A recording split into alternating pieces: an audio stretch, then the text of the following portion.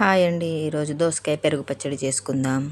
దీనికోసం ఒక దోసకాయ పీల్ తీసి ముక్కలు కట్ చేసి పెట్టుకోండి. అలాగే ఒక కప్పు పెరుగు తీసుకొని మంచిగా ఇలా చిలుక్కోండి. నేనైతే నా దగ్గర మట్టి కుండ ఉంది. నేను అది మట్టి కుండలో వేసుకున్నా. మీరు మామూలు బౌల్లో అయినా వేసుకొని ఫ్రిడ్జ్లో పెట్టుకొని సర్వ్ చేసుకోవచ్చు. చాలా బాగుంటుంది.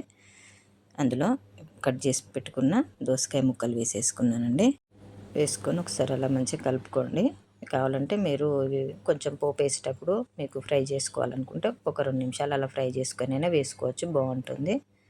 అలాగే ఒక చిన్న కప్పు ఉల్లిపాయ తరిగేసానండి. ఎండాకాలం ఉల్లిపాయ కూడా చాలా మంచి చలవ చేస్తుంది కదండి. అందుకే ఉల్లిపాయ ముక్కలు కూడా వేసాను ఒక కప్పు కొత్తిమీర తరిగేసేసాను. కొంచెం సాల్ట్ రుచికి తగినంత. ఇవన్నీ మంచిగా కలుపుకొని బౌల్ పక్కకు పెట్టుకోండి. ఇప్పుడు మనం పోపు చేసుకుందాం.